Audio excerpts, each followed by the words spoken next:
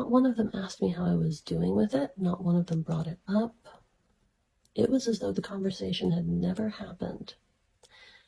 And I didn't realize it, of course, at the time, because I was just in the middle of my own grief trying to process it all. But I remember when I got to about 6 or 7 months along and realized that none of them had even asked me how I was doing with it, had checked in, had said, hey, how's that going? Aside from the initial, like the next time they saw me after the disclosure, they're like, hey, how you doing? That was it. Like nothing. It was almost as if I had said nothing to them. And that was really painful. But it started to help me realize that something was amiss.